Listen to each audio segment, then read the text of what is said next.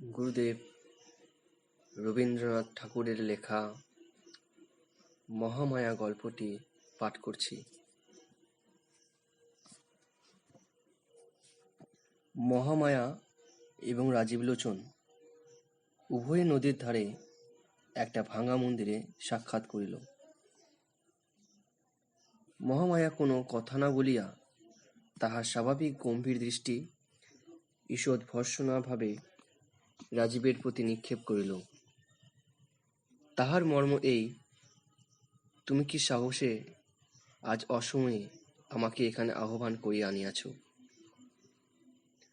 আমি এ পর্যন্ত তোমার সকল কথা শুনিয়া আসিতেছি বলিয়াই তোমার এতদূর স্পর্ধা বাড়িয়া উঠিয়াছে।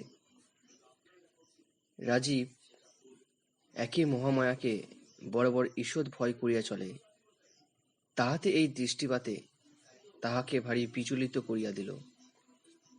দুটা কথা গুছাইয়া বলিবে মনে করিয়াছিল, সে আশায় তৎক্ষণাৎ জলাঞ্জলি দিতে হইল। অথচ অবিলম্বে এই মিলনের একটা কোনো কিছু কারণ না দেখাইলেও চলে না। তাই দ্রুত বলিয়া ফেলিল, আমি প্রস্তাব করিতেছি, এখান হইতে পালাইয়া গিয়া আমরা দুজনে বিবাহ করি। রাজীবে যে কথাটা বলিবার উদ্দেশ্য ছিল, সে কথাটা ঠিক বলা হইল বটে, কিন্তু যে ভূমিকাটি মনে মনে স্থির করিয়া আসিয়াছিল তাহার কিছুই হইল না। কথাটা নিতান্ত নিরস, নিরলঙ্কার, এমনকি অদ্ভুত শুনিতে হইল। নিজে বলিয়া নিজে থতমত খাইয়া গেল। আরো দুটো পাঁচটা কথা জুড়িয়া ওটাকে যে বেশ একটু নরম করিয়া আনিবে তাহার সামর্থ্য রহিল না।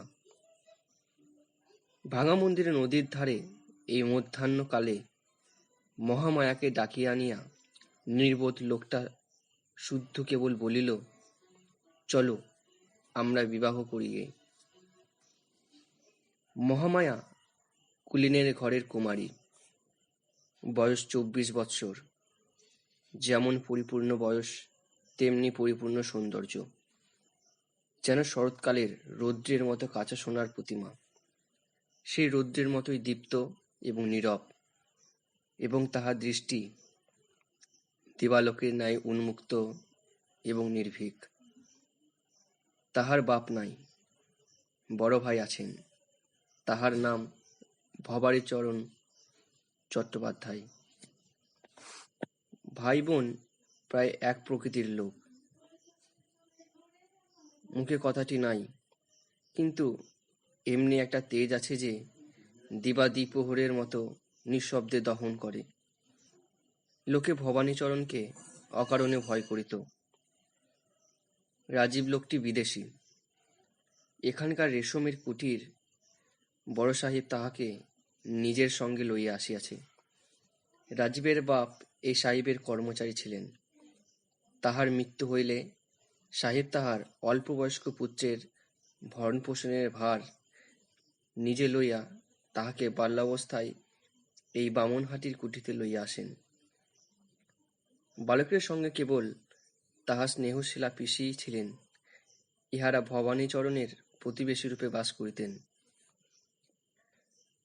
মহামায়ার রাজীবের বাল্য সঙ্গিনী ছিল, এবং রাজীবের পিসির সহিত মহামায়ার সুদৃঢ় স্নেহবন্ধন ছিল। রাজীবের বয়স ক্রমে ক্রমে 16, 17, 18, এমনকি 19 হইয়া উঠিল।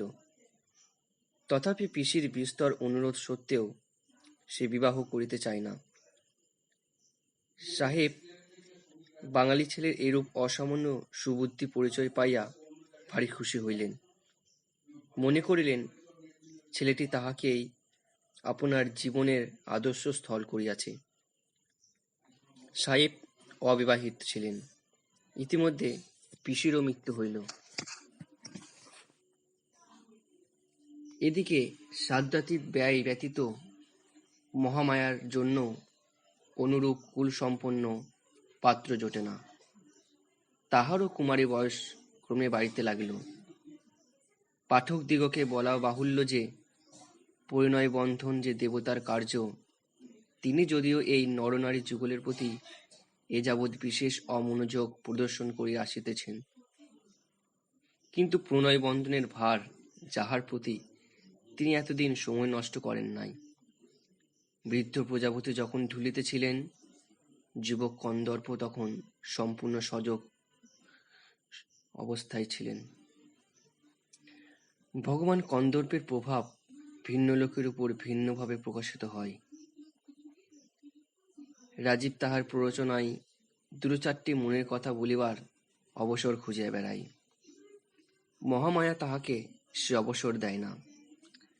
তাহার নিস্তব্ধ গম্ভীর দৃষ্টি রাজীবের ব্যাকুল হৃদয়ে একটা ভীতির সঞ্চার করিয়া তোলে।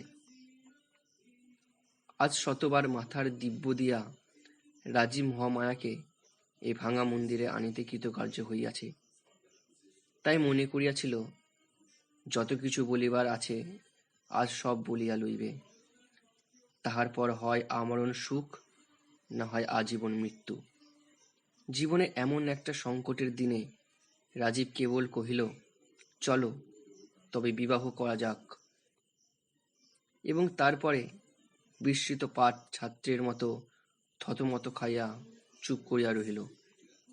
রাজীব যে এরূপ প্রস্তাব করিবে মহামায়া যেন আশা করে নাই। অনেকক্ষণ তাই নীরব হইয়া রহিল। মধ্যাহ্নকালের অনেকগুলি অনির্দিষ্ট করুণধ্বনি আছে, সেইগুলি এই নিস্তব্ধতায় ফুটিয়া উঠিতে লাগিল। বাতাসে মন্দিরের অর্ধ সংলগ্ন ভাঙা কপাট এক একবার অত্যন্ত মৃদুমন্দ আত্মস্বর সহকারে ধীরে ধীরে খুলিতে এবং বন্ধ হইতে লাগিল। মন্দিরের গবাক্ষে বসিয়া পায়রা বকম বকম করিয়া ডাকে। বাহিরে শিমুল গাছের শাখায় বসিয়া কাঠঠোকরা এগিয়ে ঠক ঠক শব্দ করে। শুষ্ক পত্র রাশির মধ্য দিয়া গিরগিটি সরসর শব্দে ছুটিয়া যায়। হঠাৎ একটা উষ্ণ বাতাস মাঠের দিক হইতে আসিয়া সমস্ত গাছের পাতার মধ্যে ঝরঝর করিয়া ওঠে এবং হঠাৎ নদীর জল জাগিয়া উঠিয়া ভাঙা ঘাটের সোপানের উপর ছলাৎ ছলাৎ করিয়া আঘাত করিতে থাকে। এই সমস্ত আকস্মিক অলস শব্দের মধ্যে বহুদূর তরুতল হইতে একটা রাখালের বাঁশিতে মেঠো সুর বাজিতেছে।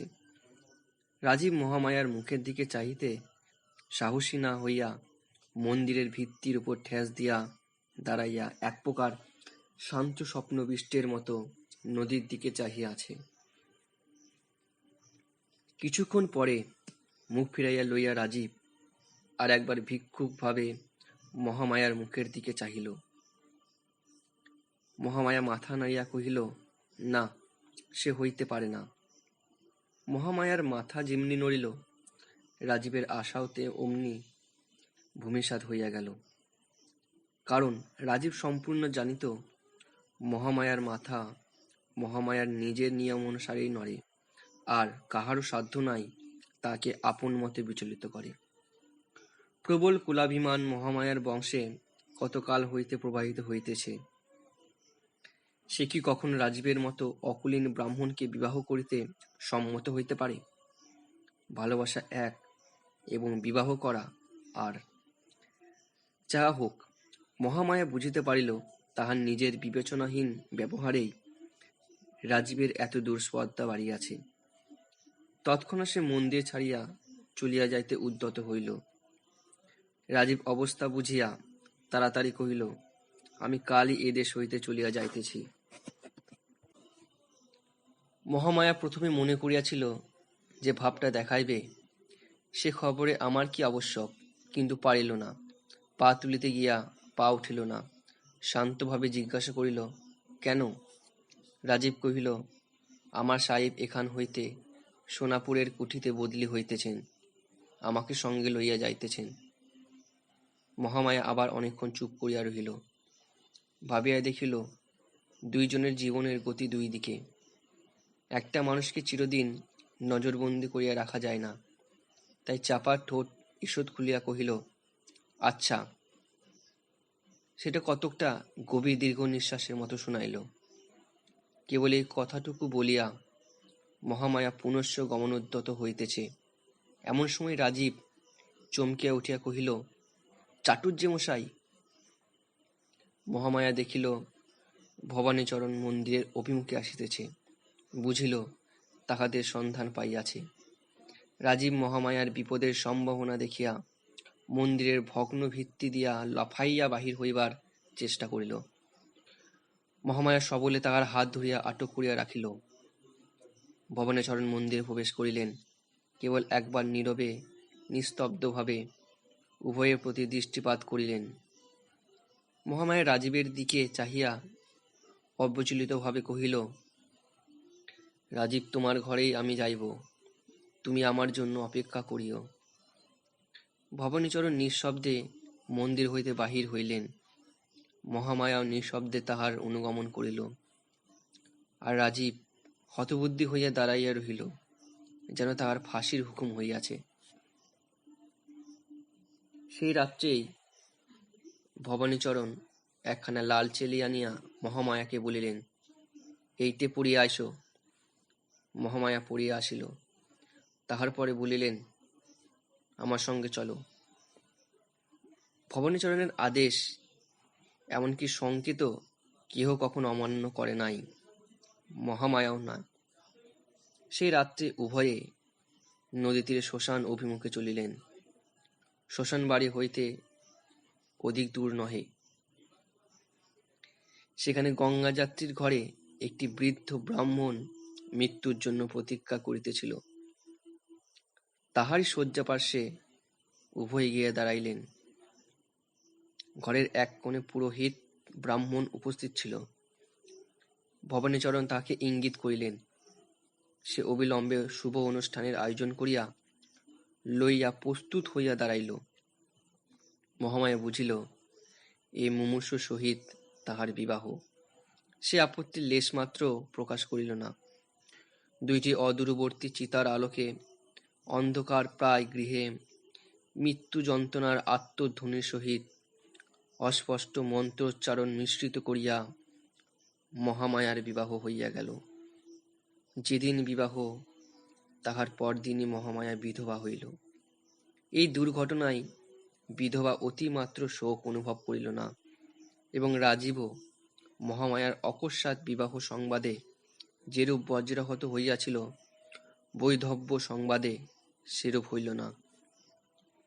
এমনকি কিঞ্চিৎ প্রফুল্ল বোধ করিতে লাগিল, কিন্তু সে ভাব অধিকক্ষণ স্থায়ী হইল না। দ্বিতীয় আর একটা বজ্রাঘাতে রাজীবকে একেবারে ভূপাতিত করিয়া ফেলিল।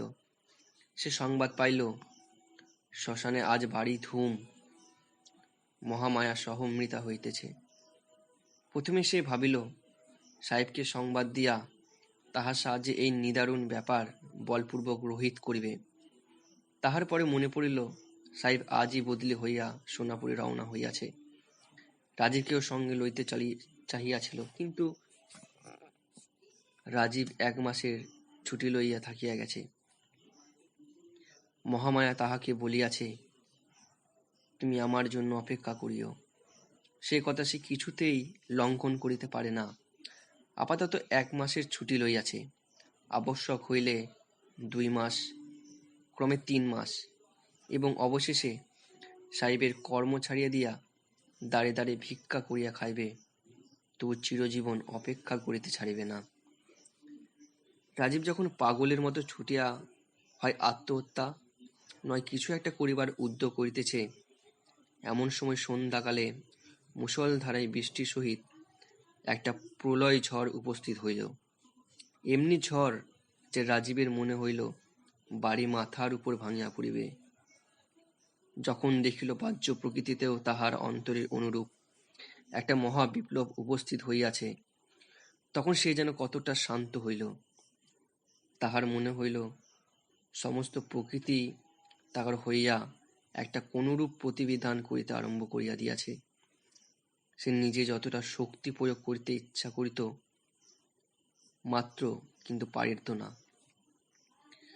প্রকৃতি আকাশ পাতাল জুড়িয়া ততটা শক্তি প্রয়োগ করিয়া কাজ করিতেছে। এমন সময় বাহির হইতে সবলেকে দ্বার ঠেলিল। রাজীব তাড়াতাড়ি খুলিয়া দিল। ঘরের মধ্যে আর্দ্র বস্ত্রে একটি স্ত্রীলোক প্রবেশ করিল। তাহার মাথায় সমস্ত মুখ ঢাকিয়া ঘোমটা।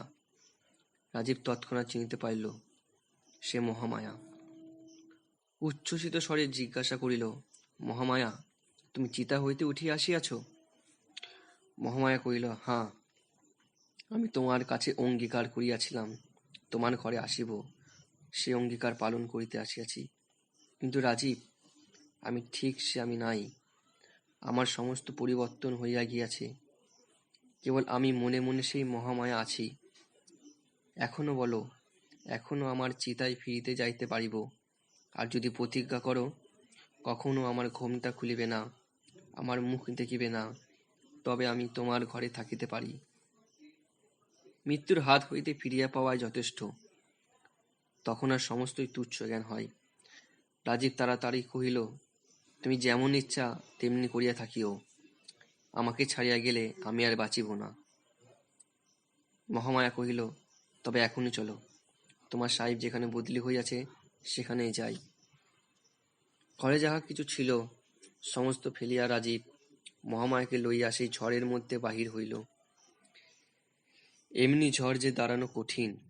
ঝড়ের বেগে কঙ্কর উড়িয়া আসিয়া ছিটাগুলির মতো গায়ে বিঁধিতে লাগিল। মাথার উপরে গাছ ভাঙিয়া পড়িবার ভয়ে পথ ছাড়িয়া উভয়ে খোলা মাঠ দিয়া চলিতে লাগিল। বায়ুর বেগ পশ্চাৎ হইতে আঘাত করিল, যেন ঝড়ের লোকালয় হইতে দুইটা মানুষকে ছিন্ন করিয়া প্রলয়ের দিকে উড়াইয়া চলিয়া লইয়াছে। গল্পটা পাঠকেরা নিতান্ত অমূলক অথবা অলৌকিক মনে করিবেন না। যখন সহমরণ প্রথা প্রচলিত ছিল তখন এমন ঘটনা কদাচিৎ মাঝে মাঝে ঘটিতে শোনা গিয়াছে। মহামায়ার হাত পা বাঁধিয়া তাহাকে চিতায় সমর্পণ করিয়া যত সময় অগ্নি প্রয়োগ করা হইয়াছিল, অগ্নিও ধুধু করিয়া ধরিয়া উঠিয়াছে। এমন সময় প্রচণ্ড ঝড় ও মুষলধারে বৃষ্টি আরম্ভ হইল। যাহারা দাহ করিতে আসিয়াছিল তাহারা তাড়াতাড়ি গঙ্গা যাত্রীর ঘরে আশ্রয় লইয়া দ্বার রুদ্ধ করিয়া দিল। বৃষ্টিতে চিতানল নিবিতে বিলম্ব হইল না। ইতিমধ্যে মহামায়ার হাতের বন্ধন ভস্ম হইয়া তাহার হাত দুটি মুক্ত হইয়াছে। অসহ্য দাহ যন্ত্রণায় একটিমাত্র কথা না কহিয়া মহামায়া উঠিয়া বসিয়া পায়ের বন্ধন খুলিল। তাহার পর স্থানে স্থানে দগ্ধ বস্ত্রখণ্ড গাত্রে জড়াইয়া উলঙ্গ প্রায় মহামায়া চিতা হইতে উঠিয়া প্রথমে আপনার ঘরে ফিরিয়া আসিল। গৃহে কেহই ছিল না, সকলেই শ্মশানে। প্রদীপ জ্বালিয়া একখানি কাপড় পরিয়া মহামায়া একবার দর্পণে মুখ দেখিল। দর্পণ ভূমিতে আছাড়িয়া ফেলিয়া একবার কি ভাবিল। তাহার মুখের উপর দীর্ঘ ঘোমটা টানিয়া অদূরবর্তী রাজীবের বাড়ি গেল। তাহার পর কি ঘটিল পাঠকের অগোচর নাই। মহামায়া এখন রাজীবের ঘরে, কিন্তু রাজীবের জীবনে সুখ নাই। অধিক নহে, উভয়ের মধ্যে কেবল একখানি মাত্র ঘোমটার ব্যবধান। কিন্তু সেই ঘোমটাটুকু মৃত্যুর ন্যায় চিরস্থায়ী, অথচ মৃত্যুর অপেক্ষা যন্ত্রণাদায়ক। কারণ নৈরাশ্যে মৃত্যুর বিচ্ছেদ বেদনাকে কালক্রমে অসার করিয়া ফেলে, কিন্তু সেই ঘোমটার বিচ্ছেদটুকুর মধ্যে একটি জীবন্ত আশা প্রতিদিন প্রতি মুহূর্তে পীড়িত হইতেছে। একই মহামায়ার চিরকালই একটা নিস্তব্ধ নীরব ভাব আছে। তাহাতে এই ঘোমটার ভিতরকার নিস্তব্ধতা দ্বিগুণ দুঃসহ বোধ হয়। সে যেন একটা মৃত্যুর মধ্যে আবৃত হইয়া বাস করিতেছে। এই নিস্তব্ধ মৃত্যু রাজীবের জীবনকে আলিঙ্গন করিয়া প্রতিদিন যেন বিশীর্ণ করিতে লাগিল। রাজীব পূর্বে যে মহামায়াকে জানিত তাহাকেও হারাইল, এবং তাহার সেই আশৈশব সুন্দর স্মৃতিকে যে আপনার সংসারে প্রতিষ্ঠিত করিয়া রাখিবে, এই ঘোমটাচ্ছন্ন মূর্তি চিরদিন পার্শ্বে থাকিয়া নীরবে তাহাতেও বাধা দিতে লাগিল। রাজীব ভাবিত, মানুষে মানুষের স্বভাবতই যথেষ্ট ব্যবধান আছে। বিশেষত মহামায়া পুরাণ বর্ণিত কর্ণের মতো সহজ কবচধারী। সে আপনার স্বভাবের চারিদিকে একটা আবরণ লইয়াই জন্মগ্রহণ করিয়াছে, তাহার পর মাঝে আবার যেন আর একবার জন্মগ্রহণ করিয়া আবার আরো একটা আবরণ লইয়া আসিয়াছে। অহরহ পার্শ্বে থাকিয়াও সে এত দূরে চলিয়া গিয়াছে যে রাজীব যেন আর তাহার নাগাল পায় না। কেবল একটা মায়াগণ্ডির বাহিরে বসিয়া অতৃপ্ত তৃষিত হৃদয়ে এই সূক্ষ্ম অথচ অটল রহস্য ভেদ করিবার চেষ্টা করিতেছে। নক্ষত্র যেন প্রতি রাত্রে নিদ্রাহীন নির্নিমেষ নত নেত্রে অন্ধকার নিশিথিনীকে ভেদ করিবার প্রয়াসে নিষ্ফলে নিশে যাপন করে। এমন করিয়া এই দুই সঙ্গীহীন একক প্রাণী কতকাল একত্র যাপন করিল। একদিন বর্ষাকালে শুক্লপক্ষ দশমীর রাত্রে প্রথম মেঘ কাটিয়া চাঁদ দেখা দিল। নিস্পন্দ জ্যোৎস্না রাত্রি সুপ্ত পৃথিবীর শিয়রে জাগিয়া বসিয়া রইল। সে রাত্রি নিদ্রা ত্যাগ করিয়া রাজীবও আপনার জানালায় বসিয়াছিল। গ্রীষ্মক্লিষ্ট বন হইতে একটা গন্ধ এবং ঝিল্লির শান্তরব তাহার ঘরে আসিয়া প্রবেশ করিতেছিল। রাজীব দেখিতেছিল অন্ধকার তরুশ্রেণীর প্রান্তে শান্ত সরোবর একখানি মার্জিত রূপার পাতের মতো ঝকঝক করিতেছে। মানুষ এরকম সময় স্পষ্ট একটা কোনো কথা ভাবে কিনা বলা শক্ত। কেবল তাহার সমস্ত অন্তঃকরণ একটা কোনো দিকে প্রবাহিত হইতে থাকে। বনের মতো একটা গন্ধ উচ্ছ্বাস দেয়, রাত্রির মতো একটা ঝিল্লি ধ্বনি করে। রাজীব কি ভাবিল জানি না, কিন্তু তাহার মনে হইল আজ যেন সমস্ত পূর্ব নিয়ম ভাঙিয়া গিয়াছে। আজ বর্ষা রাত্রি তাহার মেঘাবরণ খুলিয়া ফেলিয়াছে এবং আজিকার এই নিশিথিনীকে সেকালের সেই মহামায়ার মতো নিস্তব্ধ সুন্দর এবং সুগম্ভীর দেখাইতেছে। তাহার সমস্ত অস্তিত্ব সে মহামায়ার দিকে একযোগে ধাবিত হইল। স্বপ্নচালিতের মতো উঠিয়া রাজীব মহামায়ার শয়ন মন্দিরে প্রবেশ করিল। মহামায়া তখন ঘুমাইতেছিল। রাজীব কাছে গিয়া দাঁড়াইল, মুখ নত করিয়া দেখিল মহামায়ার মুখের ওপর জ্যোৎস্না আসিয়া পড়িয়াছে। কিন্তু হায়, এ কি? সে চিরপরিচিত মুখ কোথায়? চিতানলশিখা তাহার নিষ্ঠুর লেলিহান রসনায় মহামায়ার বাম গণ্ড হইতে ক্রিয়দংশ সৌন্দর্য একেবারে লেহন করিয়া লইয়া আপনার ক্ষুধার চিহ্ন রাখিয়া গেছে। বোধ করি রাজীব চমকিয়া উঠিয়াছিল। বোধ করি একটা অব্যক্ত ধ্বনিও তাহার মুখ দিয়া বাহির হইয়া থাকিবে। মহামায়া চমকিয়া জাগিয়া উঠিল, দেখিল সম্মুখে রাজীব। তৎক্ষণাৎ ঘুমটা টানিয়া শয্যা ছাড়িয়া একেবারে উঠিয়া দাঁড়াইল। রাজীব বুঝিল এইবার বজ্র উদ্যত হইয়াছে। ভূমিতে পড়িলে পায়ে ধরিয়া কহিল, আমাকে ক্ষমা করো। মহামায়া একটি উত্তর মাত্র না করিয়া মুহূর্তের জন্য পশ্চাতে না ফিরিয়া ঘর হইতে বাহির হইয়া গেল। রাজীবের ঘরে আর সে প্রবেশ করিল না। কোথাও তাহার আর সন্ধান পাওয়া গেল না। সেই ক্ষমাহীন চিরবিদায়ের নীরব প্রধানল রাজীবের সমস্ত ইহজীবনে একটি সুদীর্ঘ দগ্ধ চিহ্ন রাখি